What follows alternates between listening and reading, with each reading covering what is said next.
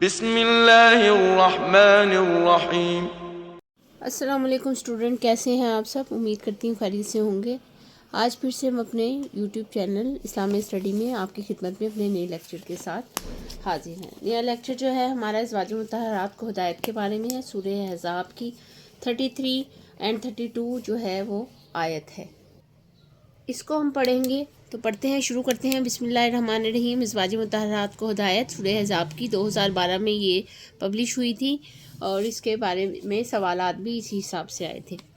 یا انسان نبی، اے نبی کی بیویوں، لستن اور تم نہیں ہو، کا احدن جیسے ہر کوئی، من سے نسان عورتیں، ان اگر اتقی تم تقوی اختیار کر لو، فلا تخضعن پس نہ نرمی اختیار کرو، بالقولی ساتھ بات کے، فیطمع پس لالچ کرے، الذی وہ، فی میں قلبہ اس کے دل، مرضن بیماری ہے، وقلنا اور تم بات کرو، قولا معروفا اچھے طریقے سے بات، وقرنا اور ٹھہرو تم، فی بیوتکنا اپنے گھروں میں، ولا تبرجنا اور نہ دکھاتی پھرو، تبرجا دکھاوا، الجاہلیتی جاہلیت کی طرح کا یا جاہلیت، الاولی پہلی، وَأَقِمْنَا اور تم قائم کرو، الصَّلَاةَ نماز، وَآتِينَا اور دو، الزَّكَاةَ زکوٰۃ، وَطَعِنَا اور اطاعت کرو، اللہ کی، ورسولہ اور اس کے رسول کی، انما بے شک، یرید اللہ اللہ تعالیٰ چاہتا ہے،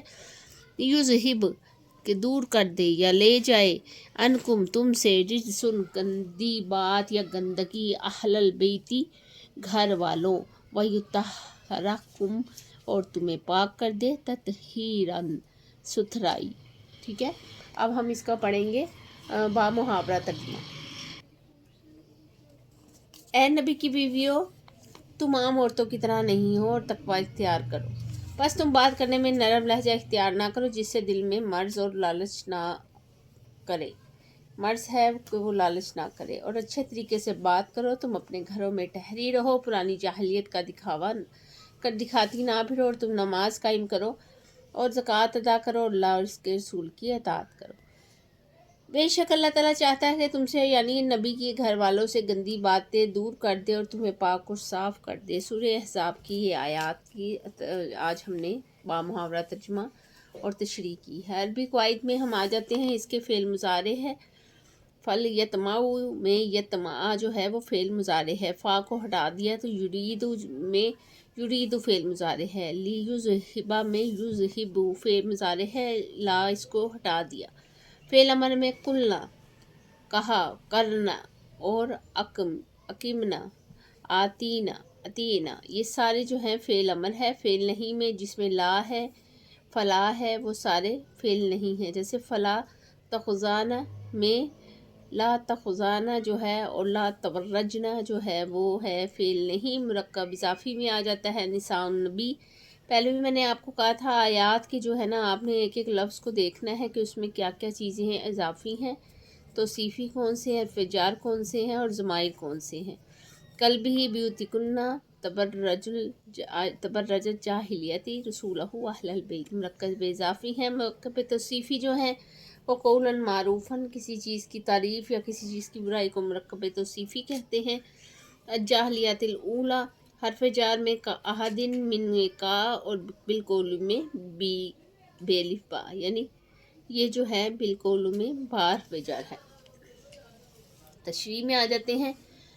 حضور صلی اللہ علیہ وسلم میں بیویوں کی فضیلت اس آیات میں یوں بیان کی ہے کہ فضیلت امہات المومنین کا پہلے ہیڈنگ دیں گے، اور اس آیات میں ازواج مطہرات رضی اللہ تعالیٰ عنہ کی فضیلت ظاہر ہوتی ہے۔ نبی کریم خاتم النبیین صلی اللہ علیہ وآلہ وسلم نے فرمایا ہے کہ تم کو ساری عورتوں میں سے مریم علیہ السلام بنت عمران اور خدیجہ بنت خویلد اور ام مومنین فاطمہ بنت محمد صلی اللہ علیہ وآلہ وسلم اور آسیہ زوجہ فرعون کافی ہیں، جامعہ ترمذی میں۔ یعنی ان کی جو ہے سیرت آپ لوگوں کی اپنی جو ہے زندگی گزارنے کے لیے بہت اچھی مثالیں ہیں۔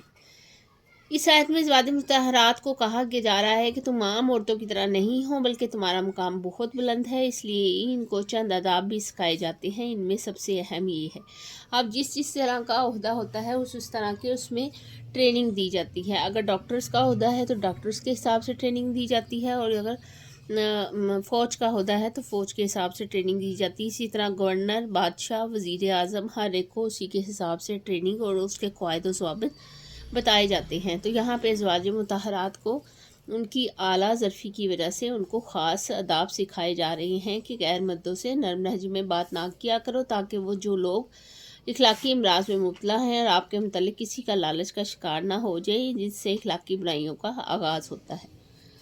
بلکہ چاہت دے کر مسلمان عورتوں کو حکم دیا گیا ہے کہ وہ پردے کے پیچھے ذرا کھردرے انداز سے غیر مردوں کے ساتھ بات کا جواب دیں، تاکہ ان میں برائی کا خیال نہ نرمی پیدا ہو. یعنی غیر مردوں کے ساتھ تھوڑے سخت رویے سے بات کرنے کی تلقین کی گئی ہے. بات کرنے کا طریقہ اللہ تعالیٰ نے یوں فرمایا ہے، اور جب وہ سوال کریں تو پردے کے پیچھے سے جواب دیں، اور تمہارے اور ان کے دلوں کی پاکیزگی کے لیے بہتر ہے. آیت نمبر 33 میں اس آیت میں مزید آداب بتائے گئے ہیں جو درج ذیل ہیں. اپنے گھروں میں وقار کے ساتھ ٹھہرو اور بلا ضرورت گھروں سے نہ نکلو. اس کے علاوہ قدیم جاہلیت کے زمانے کی طرح دکھاوا دکھاتی ہوئی نہ پھرو، کیونکہ وہ اسلام اور ان کے وقار کے خلاف ہے. خواتین عام طور پر کاروباری مراکز میں جاتی ہیں. بازار بالعموم بے حیائی کا بھی مراکز ہوتے ہیں. حدیث میں مسجد کو بہترین اور بازار کو بدترین جگہ قرار دیا گیا ہے، اس لیے باہر بہت ضرورت کے وقت ہی نکلنا چاہیے.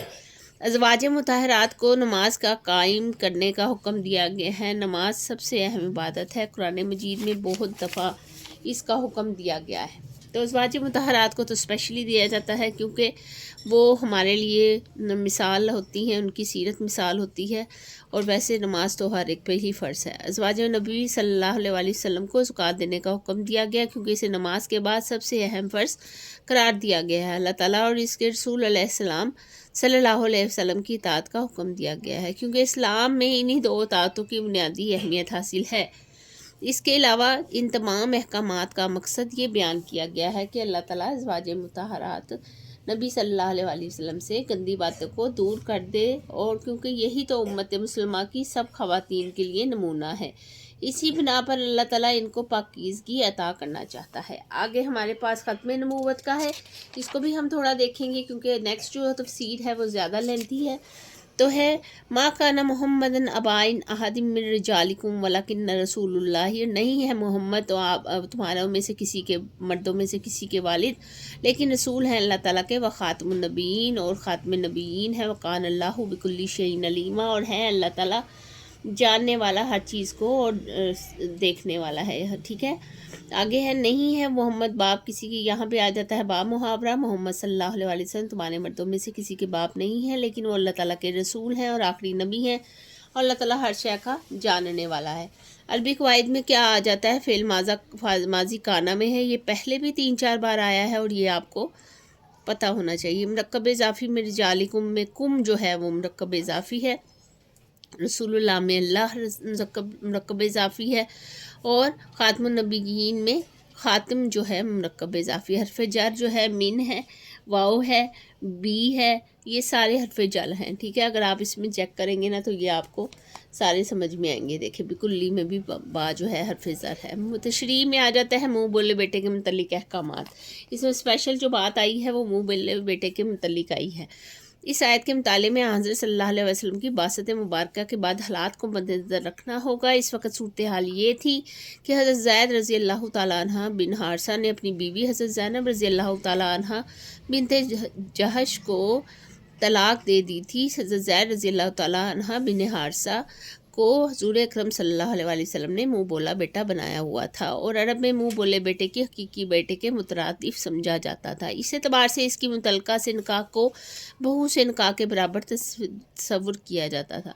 یہ چونکہ ایک غیر شرعی رسم تھی، اس لیے حضور صلی اللہ علیہ وسلم نے اس کو ختم کرنے کے لیے حضرت زینب بنت جہش سے نکاح کرنا چاہتے تھے، لیکن عرب کے مروجہ دستور کی وجہ سے ہچکچا رہے تھے کہ اس کے قدم اٹھائے جانے پر کفار اور مشرکین جو ہیں اعتراضات کا طوفان کھڑا کر دیں گے. لیکن بعد میں اللہ تعالیٰ کے حکم پر آپ صلی اللہ علیہ وسلم نے حضرت زینب رضی اللہ تعالیٰ عنہ سے نکاح کر لیا، اور پھر وہی کچھ ہوا جس کا خطرہ تھا، یعنی کفار اور منافقین نے اعتراضات کا طوفان کھڑا کر دیا. اللہ تعالیٰ نے اس کے جواب میں یہ آیت نازل فرمائی، جس کے ذریعے سے ان تمام اعتراضات کا مکمل بھرپور جواب دے کے ان کی جڑ کاٹ دی گئی. آگے ہے ان کا سب سے بڑا اعتراض یہ تھا کہ حضور اکرم صلی اللہ علیہ وسلم نے اپنی بہو سے نکاح کر لیا ہے، حالانکہ اپنی بہو سے نکاح کرنا تو خود ان کی شریعت میں بھی جائز نہیں ہے، تو پھر آپ صلی اللہ علیہ وسلم نے یہ کیسے کر لیا؟ اس کا جواب یہ کہہ کر دیا گیا کہ محمد صلی اللہ علیہ وسلم تم میں سے کسی مرد کے باپ نہیں ہے، یعنی یہ آیت پھر نازل کی گئی اور اس کا جواب باقاعدہ سے دیا گیا، یعنی اس بات کو تم اچھی طرح جانتے ہو کہ حضور اکرم صلی اللہ علیہ وسلم کا کوئی بیٹا ہے ہی نہیں، تو پھر ان کی کوئی بہو کیسے ہو سکتی ہے؟ جس شخص کے حوالے سے تم لوگ اعتراض کرتے ہو، اس کے بارے میں بھی تم اچھی طرح جانتے ہو کہ آپ صلی اللہ علیہ وسلم کا حقیقی بیٹا نہیں ہے، بلکہ منہ بولا بیٹا ہے، اور ظاہر ہے کہ منہ بولے بیٹے کا وہ مقام نہیں ہو سکتا جو حقیقی بیٹے کا ہوتا ہے۔ اس لیے اس صورت میں آئندہ کے لیے حکم دے دیا گیا کہ لڑکوں کو ان کے باپوں کے حوالے سے پکارا کرو، چنانچہ اس کے بعد لوگ ان کو زید بن محمد کی بجائے زید بن حارثہ کہنے لگے۔ ظاہر ہے ایک چیز جو تھی شک و شبے میں اس کو کلیئر کر دیا گیا قرآن و حدیث کی روشنی سے، اور اس کو سنت میں بھی کلیئر کر دیا گیا۔ ختم نبوت اس کے ساتھ یہ بھی واضح کر دیا گیا کہ خاتم النبیین ہے، یعنی آپ صلی اللہ علیہ وسلم پر اب نبوت اور رسالت کا خاتمہ کر دیا گیا ہے، اور دو ٹوک انداز میں واضح کر دیا گیا ہے کہ اب کوئی نیا نبی یا رسول قطعاً مبعوث نہیں ہوگا، اور جو بھی آپ صلی اللہ علیہ وسلم کے بعد نبوت کا دعویٰ کرے گا وہ نبی نہیں بلکہ دجال اور کذاب ہوگا۔ نبی صلی اللہ علیہ وسلم کے متعلق عقیدہ ختم نبوت جو تھا وہ نبوت مسلمانوں کا بنیادی عقیدہ ہے، اس لیے اس پر ایمان لانا بہت ضروری ہے۔ اس ضمن میں چند احادیث ترجیل ہیں۔ بنی اسرائیل کی قیادت انبیاء کرام کیا کرتے تھے، جب کوئی نبی فوت ہو جاتا تو دوسرا نبی اس کا جانشین ہو جاتا، مگر میرے بعد کوئی نبی نہیں ہوگا بلکہ میرے بعد خلفاء ہوں گے، میرے بعد کوئی نبی نہیں ہے اور میری امت کے بعد کوئی امت نہیں ہے، مجھے تمام دنیا کے لیے نبی بنا کر بھیجا گیا اور مجھ پر انبیاء کا سلسلہ ختم کر دیا گیا، ٹھیک ہے۔ اور اس کے بعد ہے اس عقیدے میں تمام صحابہ رضی اللہ تعالیٰ عنہ علماء امت کا اجماع ہے۔ علماء ابن نجیم لکھتے ہیں کہ ضروریات دین میں سے ہے کہ مفتی محمد شفیع صاحب لکھتے ہیں کہ اگر آدمی عقیدہ نہ رکھے کہ محمد صلی اللہ علیہ وسلم آخری نبی ہے تو مسلمان نہیں، کیونکہ یہ ان باتوں میں سے ہے جن کا ماننا اور جاننا ضرورت دین میں سے ہے۔ مفتی محمد شفیع صاحب لکھتے ہیں اس لیے صحابہ کرام رضی اللہ تعالیٰ عنہ سے لے کے امت مسلمہ کے سب طبقات کا اجماع اس عقیدہ پر رہا ہے کہ حضرت صلی اللہ علیہ وسلم کے بعد کوئی کسی قسم کا نبی رسول نہیں ہو سکتا، جو دعویٰ کرے تو وہ کاذب، منکر، قرآن اور کافر ہے۔ صحابہ کا پہلا اجماع اس مسئلے پر ہوا ہے کہ جس کی روح سے مسلمیہ کذاب اور اس کے ماننے والوں کو قتل کیا گیا ہے۔ یہاں تک ہماری یہ ساری جو ہے کمپلیٹ ہوئی۔ یہاں تک اب نے جو بھی پڑھا ہے امید کرتی ہوں سارا سمجھ میں آیا ہوگا۔ عربی قواعد ہیں، اس کی تفسیر میں پھر بھی ڈسکرپشن میں ڈال دوں گی، وہ آپ دیکھ لیجئے گا۔ امید کرتی ہوں سارا سمجھ میں آیا ہوگا۔ نیکسٹ لیکچر کے لیے میری چینل کو سبسکرائب کریں اور اس بیل آئیکن کو پریس کر دیں تاکہ ہر نئی آنے والی ویڈیو سے آپ باخبر رہ سکیں۔ اپنا بہت سارا خیال رکھیے گا۔ نیکسٹ ویڈیو میں ملتے ہیں نیکسٹ لیکچر کے ساتھ، تب تک کے لیے اللہ حافظ۔